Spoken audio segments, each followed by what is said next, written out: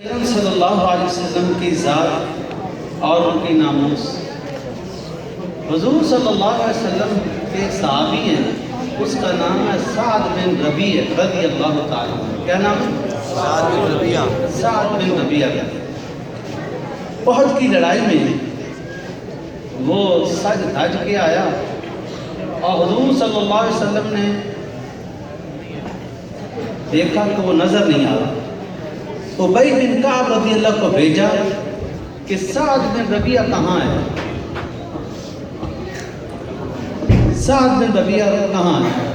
کیا شہداء میں ہے یا زخمیوں میں ہے؟ تو شہداء میں دیکھا حضرت ابی بن کعب رضی اللہ نے تو وہ نہیں ملے، تو زخمیوں میں تو حضرت ابی بن کعب رضی اللہ نے کہا اے سعد، نبی اکرم صلی اللہ علیہ وسلم آپ کو بلا رہے ہیں، اگر کہیں ہو تو ہاتھ کھڑا کرو۔ تو زخمیوں میں حضرت سعد بن ربیع رضی اللہ تعالیٰ نے ہاتھ کھڑا کیا، تو ابی بن کعب رضی اللہ تعالیٰ ان کے پاس گیا اور وہ زخمی تھا، لہوبہان تھا، انتہائی آخری حالات میں تھا۔ تو حضرت ابی بن کعب رضی اللہ نے ان کو اپنی گود میں لیا اور ساتھ کہنے لگا کہ آپ صلی اللہ علیہ وسلم نے آپ کو سلام کہا ہے۔ ابی بن کعب رضی اللہ تعالیٰ عنہ کو وہ کہنے لگا سعد بن ربیع، یہ میری بات توجہ سے سننا، سعد بن ربیع رضی اللہ کیا کہنے لگا؟ حضرت ابی بن کعب رضی اللہ کو کہنے لگا میرا بھی حضور صلی اللہ علیہ وسلم کو سلام کہہ دینا اور کہہ دینا کہ یا رسول اللہ صلی اللہ علیہ وسلم، جو احسان ہم پر آپ نے کیا ہے اللہ اس کا بدلہ دے، اور میری قوم کو کہہ دینا، انصاری قوم تھی، انصار کو کہہ دینا اگر حضور صلی اللہ علیہ وسلم تک کوئی سی دشمن نے زخمی کیا یا کوئی ہاتھ لگایا، دشمن کا کوئی وار چل گیا، تو کل قیامت والے دن نہ تمہاری نمازیں قبول، نہ تمہارے حج قبول، نہ تمہاری زکاتیں، کچھ بھی قبول نہیں۔ یہ سعد بن ربیع رضی اللہ تعالیٰ عنہ احد کے میدان میں آواز لگا رہے ہیں، اور یہی آواز کیا ہمیں نہیں آتی؟ 1400 سال گزر گئے ہیں، یہ آواز اب بھی آ رہی ہے، اس وقت بھی آ رہی ہے۔ جو دشمن آج حضور صلی اللہ علیہ وسلم کے خلاف لگا ہوا ہے، حتیٰ کہ چہرے کو بھی بدل کے رکھ دیا، میرے مسلمان بھائیوں کے اوپر بھی چہرے کو بدل کے رکھ دیا، حضور کا چہرہ پسند ہی نہیں ہے۔ یہ مجمع کو نا، مسلمانوں کے نوجوانوں کو یہ چہرہ حضور کا پسند ہی نہیں ہے۔ عجیب طریقے سے دشمن نے چال چلی ہے، اور یہ اگر اذیت ہو گئی حضور صلی اللہ علیہ وسلم کو تو نہ تمہاری نمازیں قبول، نہ تمہارے حج قبول۔ اصل بات حضور صلی اللہ علیہ وسلم کے ساتھ زبانی عشق کہنا نہیں ہے، اتباع اصل ہے۔ نبی اکرم صلی اللہ علیہ وسلم کی اتباع اصل ہے، اور زبان کے اندر سے عشق کہنا یہ معتبر نہیں ہے۔ احد کی لڑائی ہے، حضور صلی اللہ علیہ وسلم نے صحابہ کرام کو 50 صحابہ کرام کو احد کی گھاٹی پر کھڑا کیا کہ جو آپ شکست ہو جائے یا جیت ہو جائے تو آپ نے یہاں سے نہیں ہلنا۔ جس وقت مسلمانوں نے کافروں کو شکست دی تو وہ گھاٹی والے جو مسلمان اوپر کھڑے تھے وہ سارے کے سارے نیچے آ گئے۔ آپ صلی اللہ علیہ وسلم موجود ہیں؟ جی نہیں موجود۔ احد کی لڑائی موجود صلی اللہ علیہ وسلم ہیں، عشرہ مبشرہ بھی ہے نا، خلفائے راشدین بھی، حضرت ابو بکر، حضرت عمر، عثمان، علی وہیں ہیں، سارے صحابہ بھی وہاں ہیں، نبی اکرم صلی اللہ علیہ وسلم بھی موجود ہیں، پھر بھی برکت نہیں ہوئی، رحمت نہیں ہوئی، حتیٰ کہ حضور صلی اللہ علیہ وسلم موجود ہیں موجود ہیں, سارے کے سارے صحابہ موجود ہیں, حضور پر نفس نفیس موجود ہیں, پھر بھی کیا ہے, برکت نہیں ہوئی, رحمت نہیں ہوئی. آسمان والا نے نقشہ بدل کے رکھ دیا, فتح کو شکست میں بدل کے رکھ دیا. 70 صحابہ کرام شہید ہوئے, 70 صحابہ کرام شہید ہوئے. اس سے پتہ چلا ہمارا نام لینا اور وویلا کرنا, کیا صحابہ کرام کے دل میں عشق نہیں تھا؟ نبی کا عشق نہیں تھا؟ احد والوں کے دل میں عشق نہیں تھا؟ تھا, سب زبان میں بھی تھا, لیکن ایک حکم اللہ تعالیٰ کے نبی کا توڑا. اس توڑنے کے بعد کیا ہوا؟ آسمان والے نے نقشہ بدل کے رکھ دیا. دوستو, آج ہم اگر میں اس وقت اپنے بیٹے یا اپنے بھائی کی دعوت ولیمہ پر حضور صلی اللہ علیہ وسلم کو بلاؤں تو آپ حضور صلی اللہ علیہ وسلم شرط لگا دے, کیا اس ولیمے کے اندر غریبوں کے علاوہ کوئی نہیں ہوگا؟ امیر ہوں گے, یا غریب بھی صرف غریب نہیں ہوں گے اور امیر ہوں گے؟ یا وہ ولیمہ عشاء کے بعد تو نہیں ہوگا؟ کیونکہ حضور صلی اللہ علیہ وسلم عشاء کے بعد ولیمہ نہیں کھاتے تھے.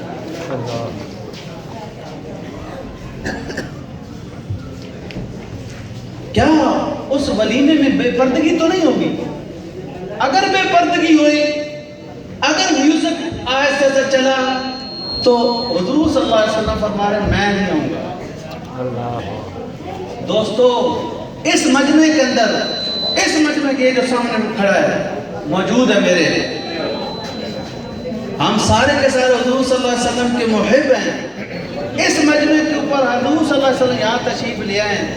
یہ مجمع دیکھ کے حضور صلی اللہ علیہ وسلم کو محبت ہوگی یا ایک تکلیف ہوگی؟ یہ داڑھی منڈا کے, داڑیاں چھوٹیاں کرا کے حضور صلی اللہ علیہ وسلم کے سامنے چہرہ دکھا کے کیا حضور کو تکلیف نہیں ہوگی؟ میں نے کہا صحابہ کرام نے ایک حکم چھوڑ دیا, حضور موجود بھی ہیں, رحمت نہیں ہوئی, برکت نہیں ہوئی, انعام نہیں ہوا. اور ہمارے پاس حضور ہے نہیں, ہمارے پاس صرف سنت ہے. اگر سنت نہیں ہوئی نا, برکت نہیں ہوئی. سنت کے ساتھ ہی برکت ہے. چہرہ بناؤ تو سنت والا بناؤ. یہ ٹوپیاں ننگے سار نہ پھرا کرو. پہلے بزرگ سارے کے سارے ننگے سار سے منع کرتے تھے, آج تو بزرگ بھی نہیں کرتے, بڑے بھی ان کو منع نہیں کرتے. صحابہ کرام کی عظمت بے انتہا ہے. عظمت کی ایک بات بتا دوں, نبی اکرم صلی اللہ علیہ وسلم نے ارشاد فرمایا, پچھلی امتوں میں یہود و نصارہ میں 72 فرقے ہوں گے, اور میری امت میں کتنے فرقے ہوں گے؟ کتنے؟ 73 ہوں گے. سارے کے سارے جہنمی ہوں گے. آپ صلی اللہ علیہ وسلم نے فرمایا الا ما انا علیہ واصحابی, سوائے میں یا میرے صحابہ ہوں گے تو وہ جنت میں جائے. آپ صلی اللہ علیہ وسلم نے یہ نہیں کہا کہ اگر میں ہوں گا تو جنت میں جائیں گے. آپ نے ساتھ صحابہ کو بھی کہا ہے, جس راستے پر میں اور میرے صحابہ ہوں گے تو وہ جنت کا راستہ ہے. جس پر میں اکیلا ہوں گا, اس کا آپ صلی اللہ علیہ وسلم نے ذمہ داری نہیں دی. یہ نہیں فرمایا کہ میں ہوں گا تو نجات پالو گے. یہ فرمایا جس راستے پر میں ہوں گا یا میرے صحابہ ہوں گے تو وہ راستہ میرے ساتھ میرے صحابہ بھی ہوں گے. یہ کیوں وغیرہ فرمایا؟ اس لیے فرمایا کہ ہو سکتا ہے کہ ایک عمل حضور صلی اللہ علیہ وسلم کر رہے ہوں, اس کے لیے حضور کی خصوصیت ہوتا ہے. آپ دیکھو, میں ایک مثال دیتا ہوں. حضور صلی اللہ علیہ وسلم عام اس مسلمان کو کتنی شادیاں کی اجازت ہے؟ 4. کرتے تو بالکل ایک ہی رہتے ہیں، ڈرتے ہو. کتنی؟ 4. نبی اکرم صلی اللہ علیہ وسلم نے کتنی کی ہے؟ 13. تو آپ صلی اللہ علیہ وسلم نے، حضور صلی اللہ علیہ وسلم نے فرمایا کیا؟ ما انا علیہ واصحابی، جس پر میں ہوں گا یا میرے صحابہ ہوں گے وہ دین ہوگا. جس پر اکیلا میں ہوں گا وہ خصوصیت ہوگی میری، دین نہیں ہوگا. 4 نکاح کریں، 5ویں نکاح ہو یہ زنا ہوگا، نکاح نہیں ہوگا. علماء بیٹھے ہیں، نکاح نہیں ہوگا، زنا ہوگا. لیکن آپ صلی اللہ علیہ وسلم نے کتنے کیے؟ 11. تو اس حضور صلی اللہ علیہ وسلم کی پیروی کریں تو پھر کیا ہوگا؟ گناہگار نہیں ہوں گے. اس لیے حضور نے فرمایا میں اور میرے صحابہ جو عمل کریں گے نا وہ دین ہوگا. جو میں عمل کرتا ہوں وہ خصوصیت ہوگی میری امتیازی شان ہوگی، لیکن وہ دین نہیں ہوگا. دین وہی ہوگا جو میں اور میرے صحابہ کریں. جس راستے پر میں ہوں گا میرے صحابہ ہوں گے. اتنا فضیل صحابہ کرام کا مقام بیان کیا حضور صلی اللہ علیہ وسلم نے. دین بنے گا اس حضور کے ساتھ صحابہ ہوں تو دین ہے. حضور اکیلے ہوں وہ دین نہیں، حضور کی امتیازی شان ہوتی ہے. یہ مرتبہ صحابہ کرام کا. تو صحابہ کرام کی عظمت ہے، لیکن عظمت کے ساتھ ساتھ صحابہ کرام حضور کی پیروی ضروری ہے. حتیٰ کہ پیروی نہ ہو، اتباع نہ ہو، صحابہ کرام موجود ہیں، حضور خود موجود ہیں، میں نے کہا نقشہ بدل گیا. فتح سے شکست نقشہ بدل گیا. مقام تو اتنا. حضور صلی اللہ علیہ وسلم، میں نے کہا سعد بن ربیع رضی اللہ نے کیا کہا تھا؟ اگر حضور صلی اللہ علیہ وسلم کو تکلیف ہو گئی تو نہ تمہارے کیا روزے قبول، نہ تمہارے حج قبول، نہ کوئی چیز قبول. تو صحابہ کرام کی عظمت بے انتہا ہے. میں نے کہا مقام اتنا ہے جیسے حضور صلی اللہ علیہ وسلم کا مقام ہے، اس طرح ہے. آپ نے فرمایا میرے ساتھ صحابہ ہوں گے تو دین ہوگا، میرے ساتھ میں اکیلا ہوں گا تو وہ دین نہیں ہوگا. دین وہی ہوگا جو میں اور میرے صحابہ ہوں گے ساتھ. اکیلا ہوگا تو میری شان ہوگی، میری امتیازی شان ہوگی، میں فرق ہو، میرے لیے جائز ہوگا، تمہارے لیے جائز نہیں ہوگا. ایک مسئلہ اور بیان، حضور صلی اللہ علیہ وسلم نے لگاتار روزے رکھنے سے منع کیا. لگاتار روزے رکھنے سے یعنی ایک روزے کے افطار کے بغیر دوسرا روزہ شروع کر دیا. اس کو یوم وصال کہتے ہیں، صوم وصال، ملا کے روزہ رکھنا. حضور نے منع فرمایا. کس کو؟ امت کو. لیکن حضور خود کرتے تھے. حضور 2 روزے اکٹھے رکھتے تھے. تو صحابہ کرام نے پوچھا، بخاری کی روایت ہے کہ یا رسول اللہ آپ تو یہ روزہ رکھتے ہیں. فرمایا میرے جیسا تم میں سے کون ہے؟ اللہ تعالیٰ مجھے کھلاتا بھی ہے، پلاتا ہے، تمہیں تو یہ نہیں ہوگا.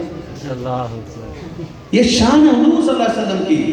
تو فرمایا کہ جس کام میں اللہ کا نبی ہو اور صحابی ہو وہ دین ہے. تو جس کام میں اکیلا اللہ کا نبی ہو وہ ہو سکتا ہے امتیاز ہو یا شان اور ہو، یہ ہو سکتا ہے، لیکن وہ دین نہیں ہے. جو حضور صلی اللہ علیہ وسلم کے ساتھ صحابی ہوں تو پھر دین ہے. یہ صحابہ کرام کا یہ مقام. ایک اور بات کرتا ہوں، نبی اکرم صلی اللہ علیہ وسلم نے امت پر بے شمار احسانات کیے کہ نہیں کیے؟ مانتے ہو؟ سب نے مانتے ہو؟ ایک شخص ایسا ہے جو حضور صلی اللہ علیہ وسلم پر بھی احسان کرنے والا، محسن رسول صلی اللہ علیہ وسلم. کیا نام؟ نام نہیں، نام یہ نہیں ہے. عبداللہ بن عثمان بن عامر رضی اللہ تعالیٰ. کیا نام ہے؟ یہ کون ہے؟ نہیں. عبداللہ بن عثمان بن عامر رضی اللہ تعالیٰ عنہ یہ صدیق اکبر رضی اللہ تعالیٰ عنہ ہیں. یہ نام اصل ہے یہ ہے 80% یہ مجمع اس نام سے واقف نہیں.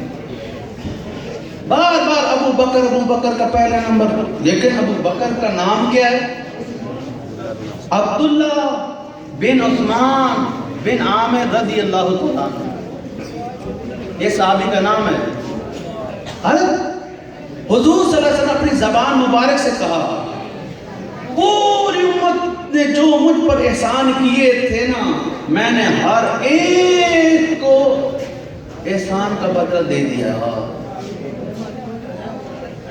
اور ایک شخص ایسا ہے کہ میں ان کے احسانوں کا بدلہ اپنی قبر میں لے جا رہا ہوں، اللہ ہی دے گا. وہ کون ہے؟ ابو بکر. وہ کون ہے؟ عبداللہ بن عثمان بن عامر رضی اللہ عنہ. کیا نام ہے؟ عبداللہ بن عثمان بن عامر رضی اللہ عنہ. یہ نام یاد کر لینا. صحیح ہے؟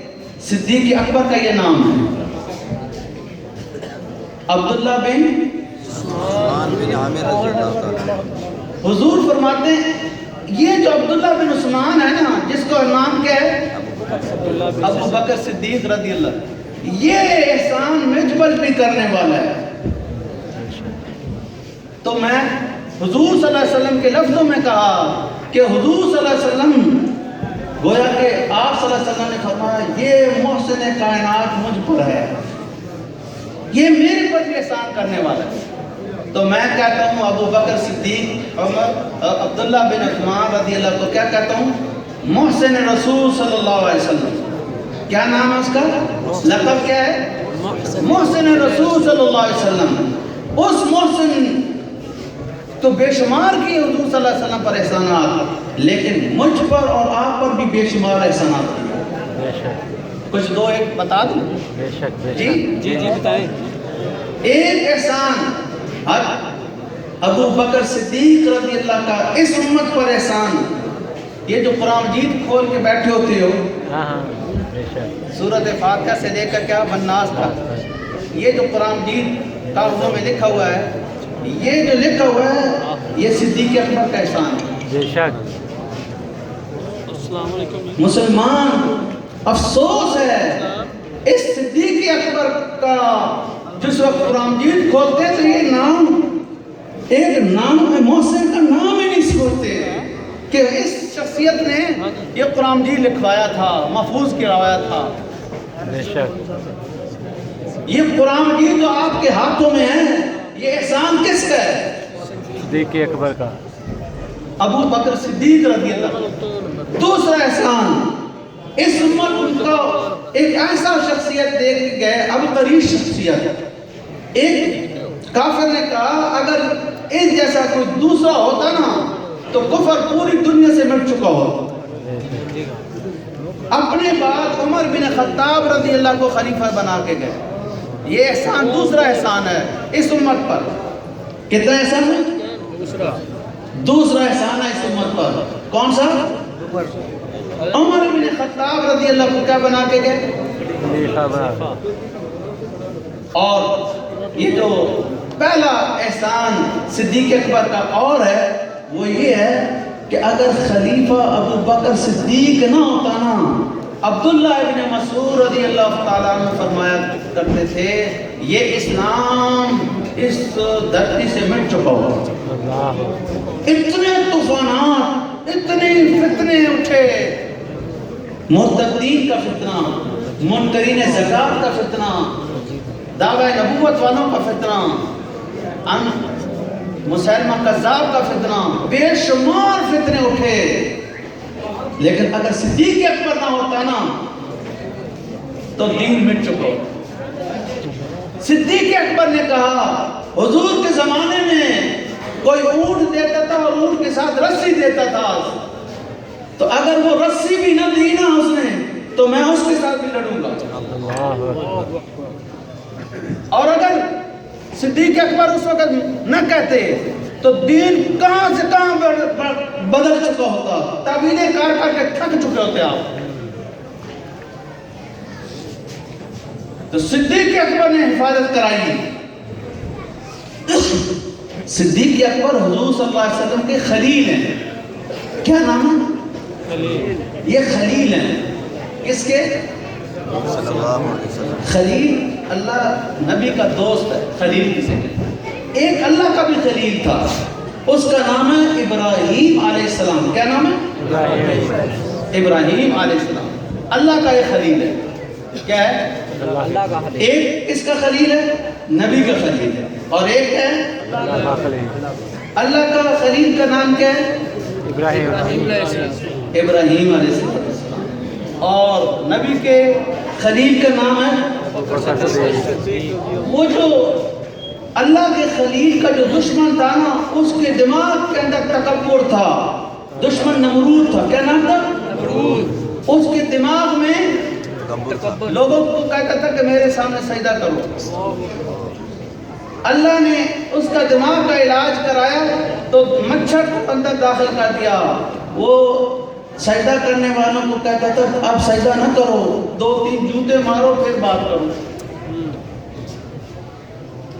علاج کس طرح کرایا؟ کس کے ساتھ؟ مچھر کے ساتھ. کون تھا؟ نمرود. اور کس کا دشمن تھا؟ ابراہیم علیہ السلام. اللہ کے خلیل کا دشمن تھا. کیا؟ اللہ کے خلیل کا دشمن تھا.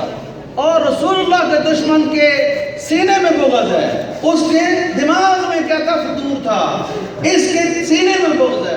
اللہ تعالیٰ نے سینہ ہی پٹوایا. اللہ اکبر. یہ نہیں کیا, سینے سے پٹوایا. سبحان اللہ.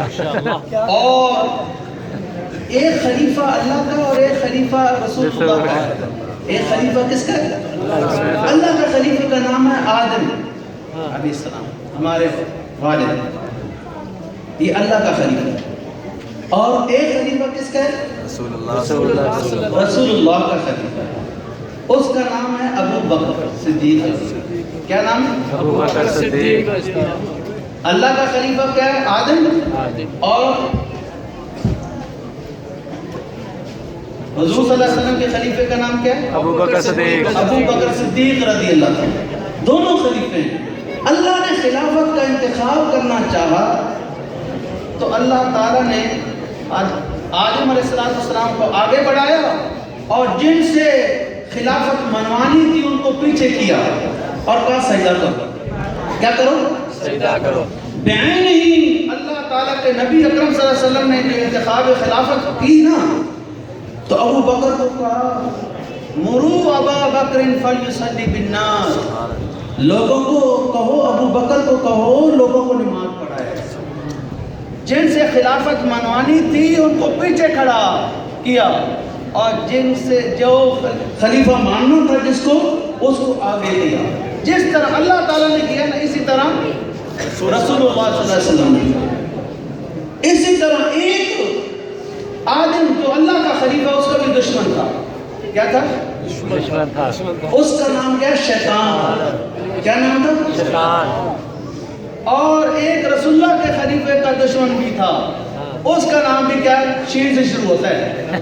یہ مجھے نہیں پتا, شین سے شروع ہوتا ہے. وہ شیطان تھا اور یہ بھی شین سے شروع ہوتا ہے. اچھا, یہ مجھے نہیں پتا. دوسری بات, وہ جو اللہ کا جو دشمن تھا نا, وہ بھی 10 ذوالحجہ کو پیٹا جاتا ہے, روڑے مارے جاتے ہیں. کہاں پہ؟ حاجی سارے کے سارے 65 لاکھ حاجی 7 کنکریاں مار کے آتا ہے. شین والے کو. کس کو؟ شین والے کو. شین وہ جو والے. اللہ کے خلیفہ کا دشمن تھا نا, اس کو شیطان کو مار کے آتا ہے حاجی. کس تاریخ کو؟ 10 کو. صرف فرق یہ ہے کہ وہ 10 ذوالحجہ تھا اور یہ 10 محرم ہے. 10 وہ 10 ذوالحجہ تھا اور یہ کیا ہے ہمارا وہی ہے. عجیب طریقے سے سبحان اللہ. خلیفہ, اللہ کے خلیفہ. اور کیا عجیب دوسری بات, ہائے ہائے, ابو بکر صدیق رضی اللہ عنہ کو خلیفہ اول ہم مانتے ہیں, بے شک. اور کہتے ہیں کہ صدیق اکبر رضی اللہ نے بی بی فاطمہ کی جائیداد غصب کی تھی, اور خلیفہ اول نہیں ہیں. پہلا خلیفہ کن کو کہتے ہیں؟ حضرت علی کو علی کرم اللہ وجہہ۔ عجیب بات ہے، یہ قوم جو ہے نا یہودی الاصل ہے، بے شک یہودیوں کی جو خوبیاں ہیں نا وہ بیان ہی اس کے اندر نظر آتی ہیں۔ یہودی کیا کرتے ہیں؟ موسیٰ علیہ السلام کی قوم تھی، کیا تھی؟ سامری جادوگر تھا، اس نے بچڑا بنایا تھا، اور بچڑے کے اندر حضرت جبرائیل علیہ السلام جس گھوڑی پر سوار کے آئے ہوئے تھے نا، اس کی مٹی اٹھا کے کس میں ڈالی تھی؟ بچڑے میں کیا ڈالی تھی؟ مٹی مٹی، مقدس مٹی، پاک مٹی۔ یہ فرقہ بھی کیا جو اسلام میں آیا نا، یہ فرقہ اسلامی نام میں آیا تو وہ مقدس کربلا کی مٹی لے کے پھرتا ہے۔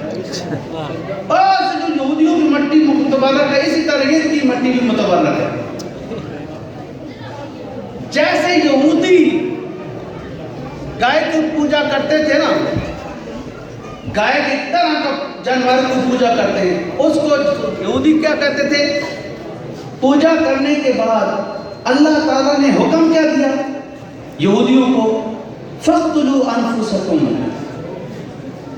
یہودیوں کو کہا، موسیٰ علیہ السلام جب واپس آئے نا، ان سارے بنی اسرائیل کو کہا اپنے جنہوں نے گائے کی پوجا کی نا، اس ایک دوسرے کو قتل کرو، ایک دوسرے کو خنجر مارو، ایک دوسرے کو۔ اگر یہ نظر آ رہا شکل آپ نظر آنی چاہیے نا، انہوں نے بھی گھوڑے کی پوجا کی، گھوڑے کو مولا مانا، جانور کو مولا مانا، تو اللہ تعالیٰ نے کہا کہ آپ بھی خنجر مارو۔ جیسے وہ یہودی خنجر مارتے تھے نا، اسی طرح یہ یہودی بھی خنجر مارتے میں سمجھ نہیں آ رہی اتنا مناسبت، بہت عجیب مناسبت ہے بھائی، حیران کون مناسبت ہے۔ وہ بھی یہودی بھی کیا کہتے تھے؟ ہارون علیہ السلام کا نام لیا کرتے تھے، ہارون بہت عظیم ہے، ہارون بہت، لیکن پیروی حضرت ہارون کی نہیں کرتے تھے۔ یہ یہودی بھی کیا ہے؟ علی کا نام لیتے ہیں، علی کی پیروی نہیں کرتے۔ اور اس یہودیوں کی سب سے بڑی دشمنی صدیق اکبر کے ساتھ ہے کہ خلافت نہیں ہے۔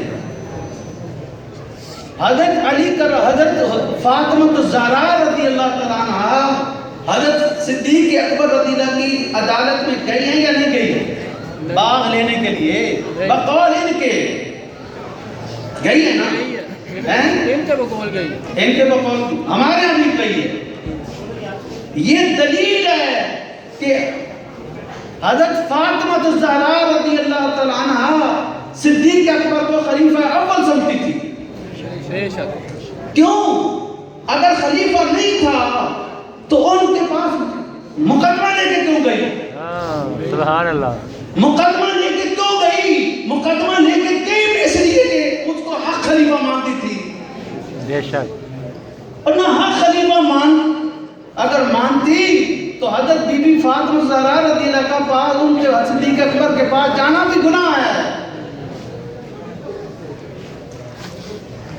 یہ اتنا عجیب طریقے سے مسلمانوں کو ورغلایا گیا ہے کہ بی بی فاطمہ، میں نے کہا بی بی فاطمہ نے تو مہر لگا دیا ہے عدالت میں جا کے، صدیق اکبر کی عدالت میں جا کر صدیق اکبر پر مہر لگا دی کہ پہلا خلیفہ ہے۔